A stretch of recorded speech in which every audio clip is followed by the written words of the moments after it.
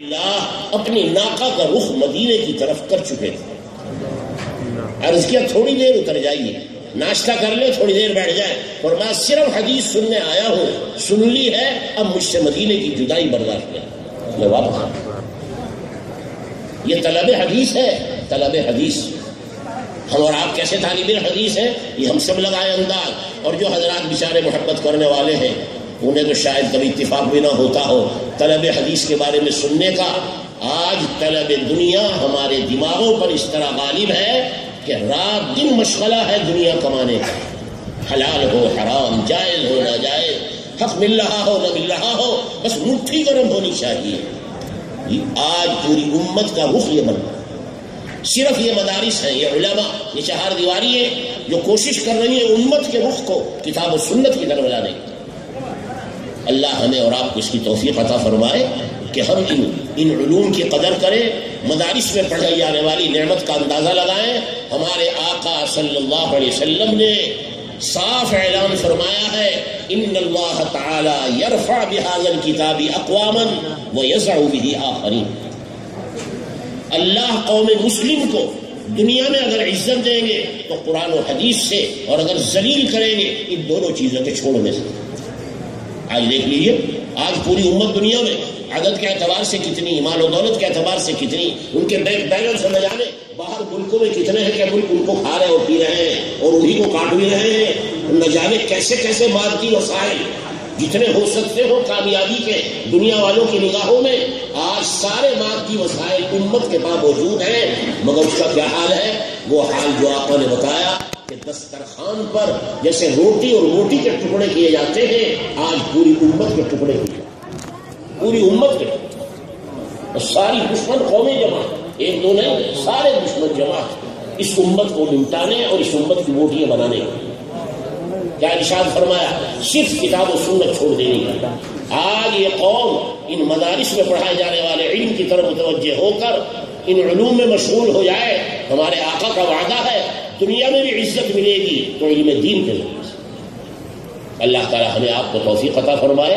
بڑی مختصر سا وقت ہے اور بہت ہی مختصر سی چند باتیں ہیں, لیکن اگر عمل ہو جائے, ایک ہی بات پر عمل کرنے سے ساری مجلس اور ساری مجلس میں تھوڑی دیر وقت گزارنا اللہ کے ہاں پسندیدہ ہے. حدیث شریف آخری پڑھی گئی, اس کی شرح, اس کے متعلق حقائق لقائق یا اپنے اساتذہ سے پوری کتاب میں سن چکے ہیں, یہاں بھی سنیں گے اور سن چکے ہوں گے. آخری حدیث جس کا میں ترجمہ کر دیتا ہوں اپنے تمام مجمع کے لیے. ہمارے آقا صلی اللہ علیہ وسلم نے فرمایا ہے, بھائی دو کلمے ہیں, دو کلمے, صرف پڑھنے والوں کے لیے نہیں, یہ دارالعلوم کے اندر جو طلبہ پڑھ رہے ہیں صرف ان کے لیے. ہر گھر میں یہاں کلمہ موجود ہے, ہر ایمان والا جہاں جہاں موجود ہے, ہر ایک کے لیے ہے ہمارے آقا کی تعلیم. فرمایا دو کلمے ہیں جو اللہ کو سب سے زیادہ پسند ہے, اور جب وہ سب سے زیادہ پسند ہے تو یقیناً قیامت کے دن ان کا وزن سب سے زیادہ, زبان پر بہت ہلکے, اللہ کے یہاں بہت پسندیدہ, ترازو میں سب سے زیادہ وزنی.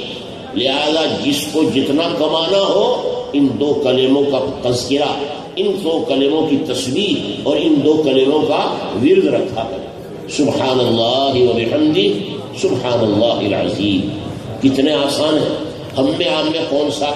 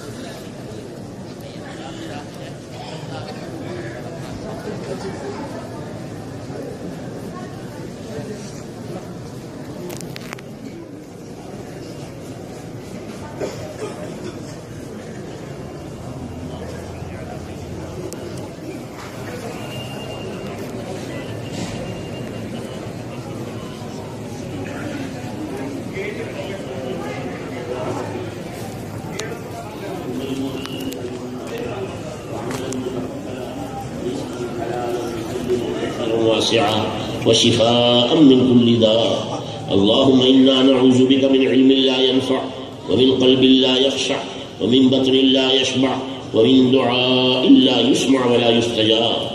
اے اللہ ہمارے اس کہنے سننے کو قبول فرما. اے اللہ ہمیں اپنے آقا کے ساتھ تعلق اور محبت عطا فرما. اے اللہ ہمیں اتباع سنت کا شوق اور ذوق عطا فرما. زندگی کے ہر عمل میں اپنے نبی کی تعلیمات پر، اپنے نبی کی بیان کردہ اور پہنچائی ہوئی جو علماء کے ذریعے جو احادیث ہم تک پہنچی ہیں، ہم سب کو اس پر عمل کی توفیق عطا. خاص کر وہ بچے جنہوں نے یہ علم حاصل کیا ہے اور یہ علم یہاں پر رہ کر مدتوں تک پڑھا ہے، اے اللہ اس علم کو حاصل کر کے سب سے پہلے اپنی زندگی میں اس پر عمل کی توفیق عطا فرما اور دوسروں تک پہنچانے کی سعادت نصیب فرما. اے اللہ اس مدرسے کو ترقیات سے مالا مال فرما، شرور و فتن سے حفاظت فرما، اور جتنے مدارس اسلامیہ، مکاتب قرآنیہ فی جمیع العالم ہے، اے اللہ سب کی حفاظت فرما. اے اللہ تمام مدارس کی حفاظت فرما، شرور و فتن سے ان کی پوری حفاظت فرما. اے اللہ ان کی تمام ضروریات کا غیب سے انتظام فرما، بہترین پڑھنے اور پڑھانے والے عطا فرما اور ہمیں انہی میں شامل فرما. مدرسوں سے تعلق رکھنے والوں کو، مدرسے کی مدد کرنے والوں کو، مدرسے سے محبت رکھنے والوں کو اور اس نسبت سے یہاں جمع ہونے والوں کو اپنے کرم سے قبول فرما. اے اللہ ان کی تمام ضروریات کا غیب سے انتظام فرما. ہم میں جو بیمار ہیں اے اللہ ان سب کو شفائے کامل عاجل المستمر دائم عطا فرما. ہم میں جو مقروض ہیں ان کے قرضوں کی ادائیگی فرما. ہم میں جو ناجائز مقدمات میں پھنس رہے ہیں اے اللہ ان کو بری فرما. اے اللہ ظالموں کو ظلم سے سچی توبہ نصیب فرما. اے اللہ مظلومین کی حمایت، نصرت اور مدد فرما. بے روزگاروں کو حلال اور برکت والی روزی اس کتاب کے ختم کی برکت سے خصوصیت کے ساتھ عطا فرما. جن گھروں میں بے نکاح لڑکے اور لڑکیاں بیٹھے ہوئے ہیں اے اللہ ان کو بہترین جوڑ عطا فرما اور اس جوڑ کو اولاد صالح کے وجود میں آنے کا ذریعہ فرما. اور جن کو آپ نے اولادیں عطا فرمائی ہیں اے اللہ ان کو صلاح اور فلاح اور رشد و ہدایت کی دولت عطا فرما. اے اللہ اپنے دین کی مخلصانہ خدمات کے لیے ہم سب کو قبول فرما. خاص طور سے تمام مدارس سے نکلنے والے جو طلبہ، فارغ ہونے والے علماء ہیں اے اللہ ان سب کو اپنے دین کی مخلصانہ خدمات کے لیے قبول فرما. پورے عالم میں تیرے کلمے کا بلند کرنے والا یہ بنے، انہیں اس کی توفیق عطا فرما. اے اللہ مدرسے کا جو لوگ تعاون جس طرح بھی کر رہے ہو اس تعاون کی برکات سے انہیں مالا مال فرما. تعاون کو بھی قبول فرما، ان کی جان و مال میں بھی برکت فرما، ان کی عزت و آبرو میں بھی برکت عطا فرما اور ان کے تمام مقاصد میں انہیں کامیابی عطا فرما. اے اللہ یہ تیرے بندے تیرے سامنے خاص طور سے اس مبارک ختم بخاری کی مجلس میں ہاتھ اٹھائے ہوئے ہیں. دلوں میں ان کے حاجتیں ہیں اور آپ علیم بذات الصدور ہیں. صرف آپ ہی حاجتوں کے جاننے والے ہیں اور صرف آپ ہی پورا فرمانے والے ہیں. ہم سب کی جائز حاجات کو پورا فرما، ہماری ضروریات کا غیب سے انتظام فرما، ہماری ضروریات کا غیب سے تکفل فرما اور اپنے کرم سے ہماری اس مجلس کو قبول فرما. یہ پروگرام جو اس مدرسے میں ہو رہا ہے اے اللہ تمام مقاصد میں اس کو کامیابی عطا فرما. اور جہاں جہاں پر بھی اس طرح کے پروگرام مرتب ہو رہے ہیں، ہو چکے ہیں یا ہونے والے ہیں اے اللہ تمام پروگراموں میں کارکنان کو، اہل مدارس کو، کام کرنے والوں کو اے اللہ قبولیت بھی عطا فرما، مقاصد میں کامیابی بھی عطا فرما، ہر قسم کی پریشانیوں سے پوری حفاظت فرما اور اپنے فضل سے اور اپنے کرم سے اے اللہ ہماری دعاؤں کو قبول فرما. وصلی اللہ تعالی علی خیر خلقہ محمد وآلہ وصحبہ اجمعین برحمتک یا ارحم الراحمین.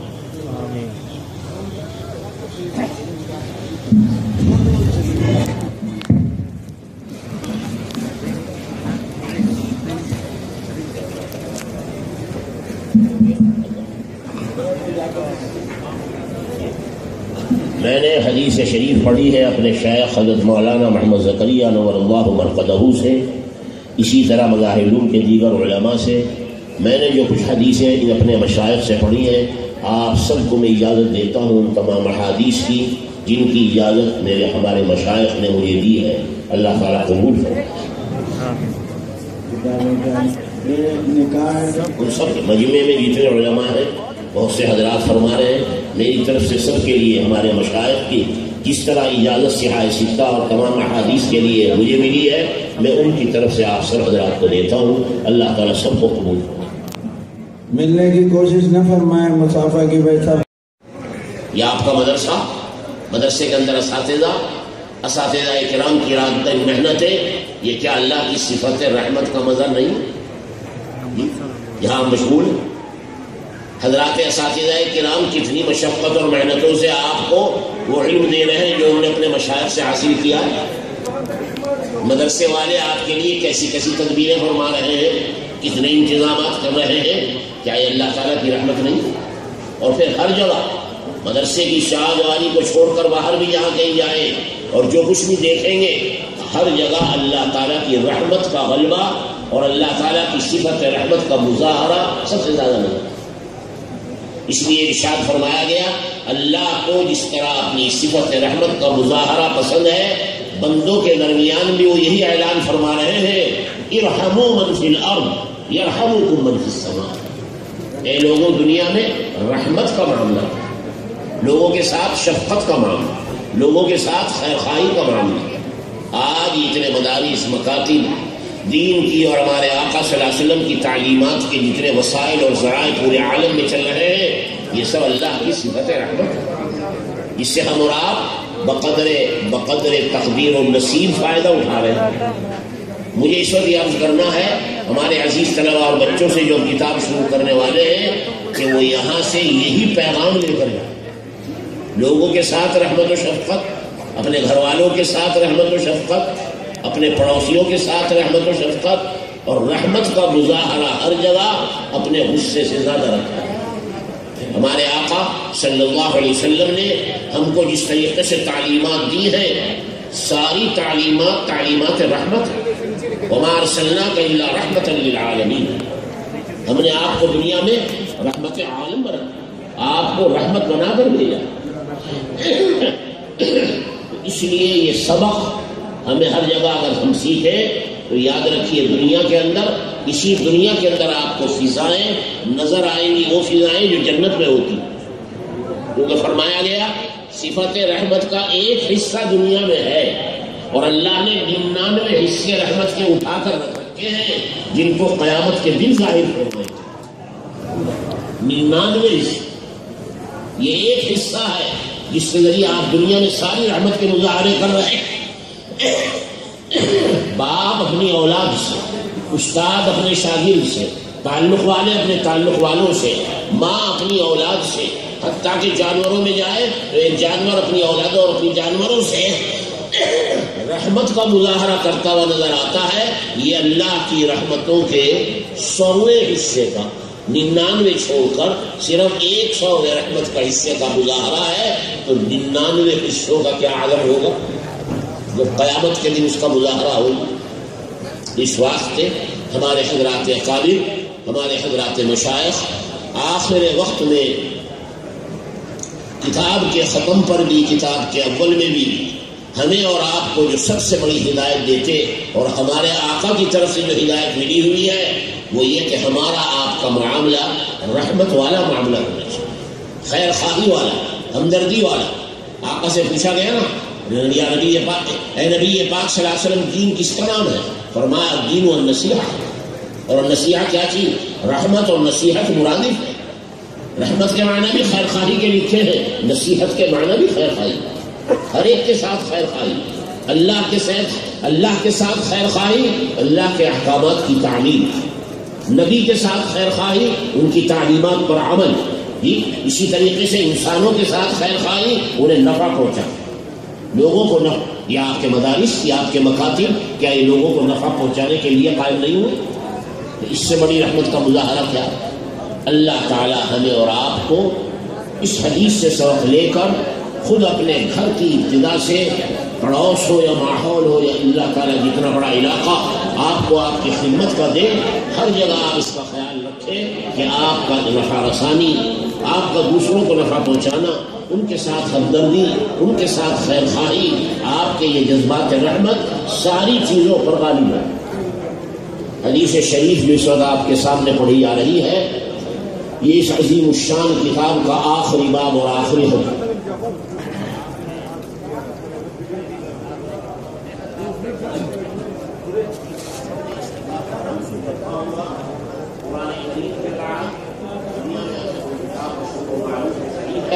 وہ صحیح ہے، امام بخاری ہے.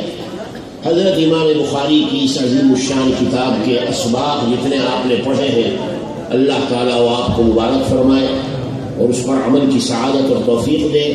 اس کا آخری باب آپ کے سامنے پڑھا جا رہا ہے، آپ میں سے کوئی ایک صاحب پہلے عبارت پڑھ دیں۔ بسم اللہ الرحمن الرحیم، اللہم صل علی سیدنا و مولانا محمد وعلى آل سيدنا ومولانا محمد وبارك وسلم وصل عليه۔ باب قول الله ونضع الموازين القسط ليوم القيامة وإن أعمال بني آدم وقولهم يوزن، وقال مجاهد القسطاس العدل بالرومية، ويقال القسط مصدر المقسط وهو العادل، وأما القاسط فهو الجائر۔ وبالسند المتصل منا إلى الإمام الهمام حافظ الحجة أمير المؤمنين في الحديث أبي عبد الله محمد بن إسماعيل بن إبراهيم البخاري رحمهم الله تعالى رحمة واسعة قال: حدثنا أحمد بن أشهاب قال حدثنا محمد بن فضيل عن عمارة بن قعقاع عن عمارة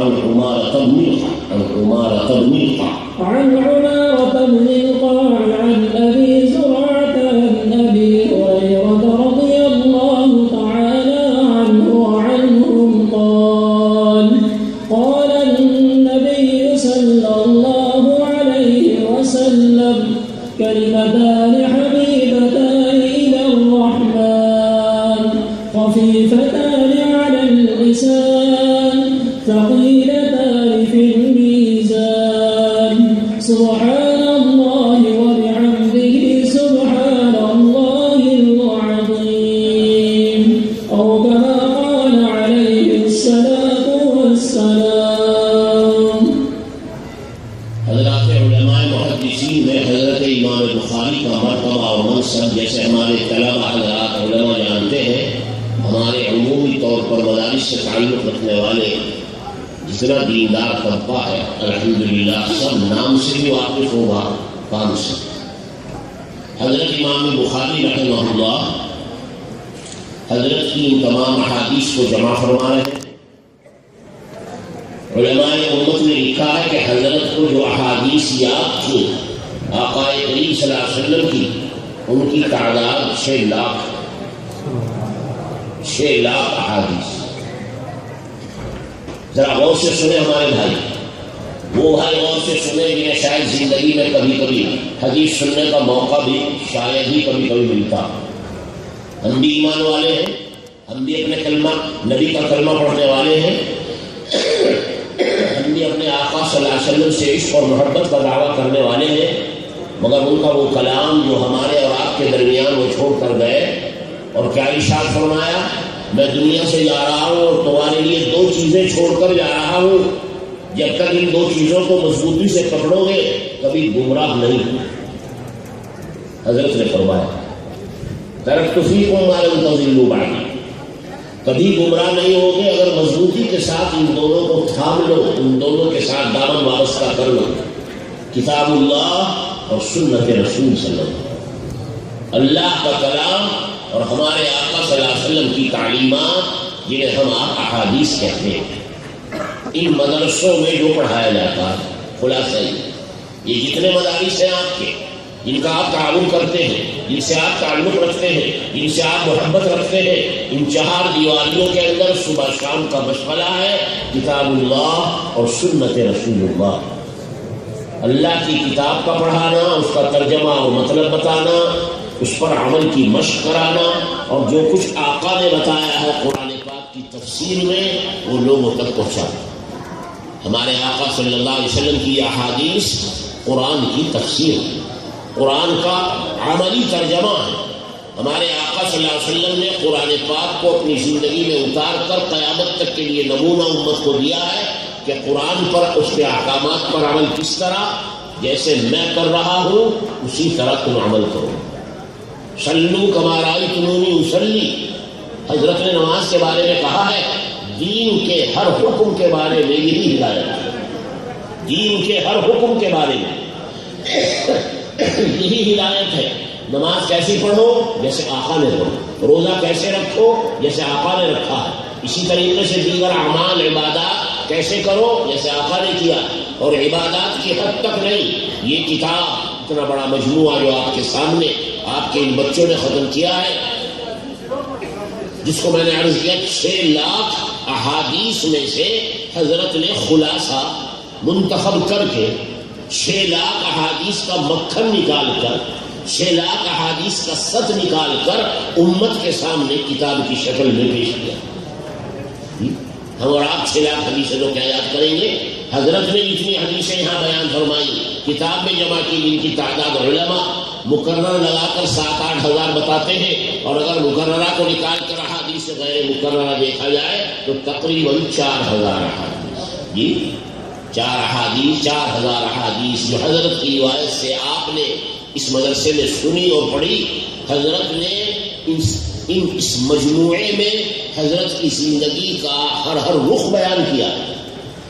زندگی اور ہر شعبے کی تعلیم، زندگی کا ہر عمل. جیسے میں عرض کر رہا ہوں کہ آقا نے نماز نہیں، ہر عمل کے بارے میں بتایا کہ عمل ایسے کرو جیسے میں کروں.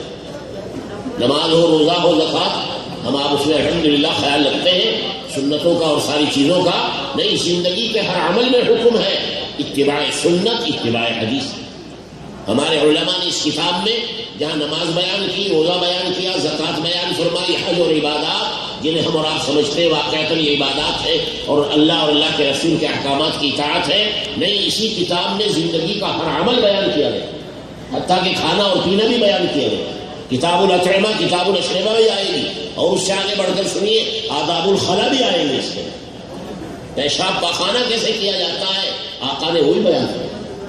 جی میرے دوستوں، میرے بزرگوں، ہمارے آقا صلی اللہ علیہ وسلم کی سیرت طیبہ جنہیں ہم احادیث کہتے ہیں، جس کا ایک بہت متبرک مجموعہ یہ آپ کے سامنے ہے، اور آپ سب حضرات اسی نسبت سے اس موقع پر یہاں جمع ہوئے ہیں. یہ صرف سننے کے لیے نہیں ہے، یہ زندگیوں میں اتارنے کے لیے، دیکھنے کے لیے کہ ہم ان احادیث کو پڑھ کر اپنے علماء سے سن کر نمازوں اور عبادات کے اعتبار سے ہم مسجد میں جیسے نمازی ہیں، ہم دکان پر بیٹھ کر کیا ایسے ہی تجارت کرتے ہیں جیسے آقا نے ہدایت دی ہے؟ ہمارے معاملات بھی کیا ایسے ہی ہیں؟ ہمارے آقا صلی اللہ علیہ وسلم نے ہر چیز میں ہدایت دی. معاملات کرو تو ایسے ہی ہے کہ میں معاملات کرتا ہوں، خرید فروخت، لین دین، لوگوں کے حقوق کی ادائیگی اور لوگوں کے ساتھ ان کے حق کی ادائیگی کے اندر جتنا ہو سکے اتنا شفقت اور رافت کا معاملہ ہمارے آقا صلی اللہ علیہ وسلم کر کے دکھا کر گئے ہیں. اور علماء نے لکھا ہے نماز پڑھنے والا مسجد میں نماز کے اعتبار سے جیسا عبادت گزار ہے، دکان پر بیٹھ کر اگر کوئی چیز بیچ رہا، خرید رہا، تجارت کر رہا ہے آقا کے طریقے پر، وہ بھی اتنا ہی بڑا عبادت گزار. جی اب ہم مسجدوں میں عبادت گزار بنے اور دکانوں پر بیٹھ کر بازاروں میں شریعت کے حکم کے خلاف ہمارا لین دین ہو، ہمارے وہاں کے اخلاق اور معاملات بگڑے ہوئے ہو، یہ ایمان کا کمال نہیں. ایمان کے ایک جز پر عمل ہے اور باقی اعمال کو ہم چھوڑے ہوئے. ہمارے آقا صلی اللہ علیہ وسلم نے تجارت کے اعتبار سے، لین دین کے اعتبار سے، معاملات کے اعتبار سے، ایک دوسرے کا حق ادا کرنے کے اعتبار سے ہمیں اتنی ہی اہم ہدایات دی ہیں جتنا اللہ کا حق ادا کرنے کے لیے ہمیں ہدایت دی. ہمارے اپنے گھروں میں تھوڑی دیر کے لیے بازاروں کو، دکانوں کو، اپنے گھروں کو دیکھیے. گھروں کیا فرمایا ہمارے آقا صلی اللہ علیہ وسلم نے؟ خیرکم خیرکم لأہلہ وانا خیر لأہلی وانا خیر لأہلی. تم میں افضل ترین انسان وہ ہے جو اپنے گھر والوں کے ساتھ اچھا سلوک کرے، گھر میں بیوی بچوں کے ساتھ حسن معاشرت. حضرات محدثین باقاعدہ معاشرت حضرت کی بیان کرتے اسی طرح جیسے نماز اور روزہ بیان فرماتے. حسن المعاشرت مع الاہل حدیثیں نقل کی جاتی. ہمارے آقا گھر میں آ کر کیا کرتے تھے، بیوی بچوں کا کس طرح حق ادا کرتے تھے اور کس طریقے ساتھ ان کی زندگی گزارتے تھے. آقا نے فرمایا ہے تم میں افضل ترین وہ ہے جو اپنے گھر والوں کے ساتھ اچھا سلوک کرے، اور سنو میں اپنے گھر والوں میں سب سے زیادہ بہترین سلوک کرنے والا ہوں، اپنے گھر والوں کے ساتھ اس نے سلوک۔ آج گھر گھر میں لڑائی ہے، گھر گھر میں فتنہ ہے، ہر گھر جہنم کی فضائیں اور ہواؤں کے ساتھ آراستہ ہے، کس بنا پر کہ سنتیں گھروں میں چھوڑ دی گئی۔ یہ احادیث اور وہ احادیث جو معاشرت سے متعلق ہیں، ہمارے حضرات علماء جو پڑھ کر جا رہے ہیں ساری باتیں، جس طرح ان کے لیے ضروری ہے عبادات میں اور دیگر چیزوں میں ان علوم پر عمل، اسی طریقے سے حضرت کی سیرت طیبہ کی ایک ایک حدیث اپنی زندگیوں میں اتارنا ہمارے اکابر اور ہمارے مشائخ کا طرح امتیاز ہے۔ اتباع سنت، مقصد ہی ہے اتباع سنت، ہر چیز میں سنت کا اتباع۔ اگر یہ اتباع سنت پایا جائے گا تو ہماری زندگی دنیا کے اندر، ہمارے گھروں کا ماحول دنیا کے اندر یہ جنت جیسا ماحول ہے۔ اس لیے میرے دوستوں اور بزرگوں جو امام بخاری رحمہ اللہ کی اس کتاب کی نسبت سے یہاں جمع ہوئے ہیں، وہ سمجھے کہ ان مدرسوں میں کیا پڑھایا جا رہا ہے، کیا دولت تقسیم ہو رہی ہے۔ حضرت کی یہ کتاب و سنت والی دولت جو ان طلبا کو دی گئی ہے، ہم میں ہر شخص کے لیے ضروری ہے کہ وہ اس سے فائدہ اٹھائے۔ آپ کو بھی کچھ نفع اگر مل رہا ہوگا مدرسوں سے، وہ اس علم کے ذریعے بھی۔ آج امت کا حال یہ ہے کہ 99% لوگ اس علم دین سے محروم ہیں، بلکہ علم سمجھنے کو نہیں تیار نہیں۔ گھر کے بچوں کو مکاتب کے بجائے اسکولوں میں اور کالجوں میں یونیورسٹیوں میں پڑھائے جانے والے عصری علوم جو زندگی گزارنے کے لیے ضروری ہے تھوڑے بہت، آج بچے کو ان علوم میں لگا کر ان مدارس اور مکاتب میں حضرت کے عطا فرمائے ہوئے ان علوم کے ساتھ اس قدر ناقدری اور بے اعتنائی ہے کہ آج امت اس کا عذاب بھگت رہی ہے۔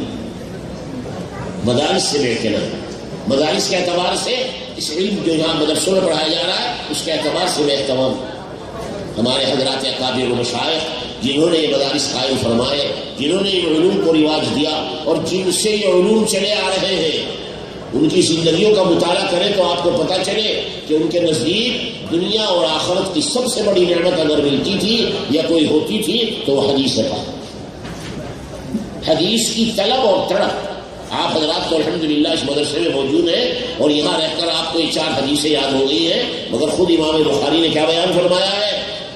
حضرات صحابہ کرام ایک ایک حدیث پڑھنے کے لیے اگر مدینے میں وہ حدیث ان کو سنانے والا نہ ملے تو نہ جانے کہاں کہاں کا سفر کرتے۔ امام بخاری نے کتاب العلم میں آپ کو یہ حدیث شروع میں سنائی بتانے کے لیے کہ یہ طلب علم کیا چیز ہے۔ آپ طالب علم ہیں اور علم دین کو طلب کر رہے ہیں تو اس کی حقیقت کیا ہے؟ حضرت جابر کا واقعہ آپ نے پڑھا ہوگا۔ حضرت جابر رضی اللہ تعالیٰ عنہ فرماتے ہیں مجھے پتا چلا ایک مرتبہ کہ ایک حدیث ہے جو میں نے براہ راست آقا سے نہیں سنی، حالانکہ مضمون سن رکھا تھا، لیکن وہ حدیث اس کے الفاظ اپنے کانوں سے آقا سے نہیں سنے۔ معلوم ہوا ایک صحابی کے پاس وہ حدیث موجود ہے جو ملک شام میں رہتے ہیں اور ان کے پاس وہ حدیث محفوظ ہے اور لوگوں کو سناتے ہیں۔ مدینے سے روانہ ہوئے ہیں اس حدیث کو لینے کے لیے اس صحابی کے پاس، اور وہ صحابی رہتے ملک شام میں۔ ایک ایک حدیث ملک شام سے حاصل کرنے کے لیے مدینے کا سفر کرتے۔ فاشتریت له رحلا وسرت علیہ شہرا، وسرت علیہ شہرا، سواری خریدی، مدینے سے چلے ہیں، اور کس طرح سے آج اور آپ کی طرح نہیں ہے گھنٹہ آدھ گھنٹہ 2 گھنٹے میں کہیں پہنچ جائے۔ مدینے سے ملک شام کا سفر 40 دن میں طے ہوتا تھا، 40 دن سفر کر رہے ہیں ایک حدیث حاصل کر۔ آج اس 4 دیواری کے اندر ہزاروں حدیثیں موجود ہیں، ہم میں آپ میں کتنے ہیں جو طلب کرنے کے لیے ان مدرسوں میں آتے ہیں؟ اللہ ماشاء اللہ نے جس کو توفیق دی ہو اور جو اپنے مدرسوں میں زندگی گزار رہا ہو اور اللہ کی توفیق ہو، بس چند ہی ملیں گے آپ کو، ورنہ میں نے عرض کیا امت کا 99% طبقہ ہے جو ان احادیث شریفہ سے اپنے کو بچائے ہوئے۔ اور حضرات صحابہ کرام وہ ہیں کہ حضرت سے سب کچھ لے کر، سب کچھ سن کر اور حضرت کے ساتھ پوری زندگی گزار کر حضرت کے رنگ میں رنگ جانے کے بعد اگر معلوم ہو جاتا کوئی حدیث ہے تو وہی جاتا۔ روانہ ہوئے، ملک شام پہنچے، 40 دن لگ گئے پہنچنے میں، اور وہاں جا کر معلوم کیا کون فلاں صحابی بھی وہ جو حضرت کے مقابلے میں درجے اور مرتبے اعتبار سے ذرا کم، صحابہ میں بھی اللہ تعالیٰ نے درجات اور مراتب رکھے ہیں، کوئی اعلیٰ درجے کا، کوئی درمیانی درجے کا، کوئی اس سے کم درجے کا۔ حضرت عبداللہ ابن انیس رضی اللہ تعالیٰ عنہ ایک صحابی ہیں جو حضرت جابر ابن عبداللہ سے مرتبے میں بہت کم ہے، مگر ان سے حدیث لینے جا رہے ہیں، کیونکہ حدیث ایسی چیز ہے جو ہر جگہ سے حاصل کی جائے گی، چاہے چھوٹا ہو چاہے بڑا، دور ہو یا قریب ہو، حدیث ہر جگہ سے حاصل ہے۔ دروازہ کھٹکھڑاتے جا کر پتہ چلا عبداللہ ابن انیس کا یہ گھر ہے۔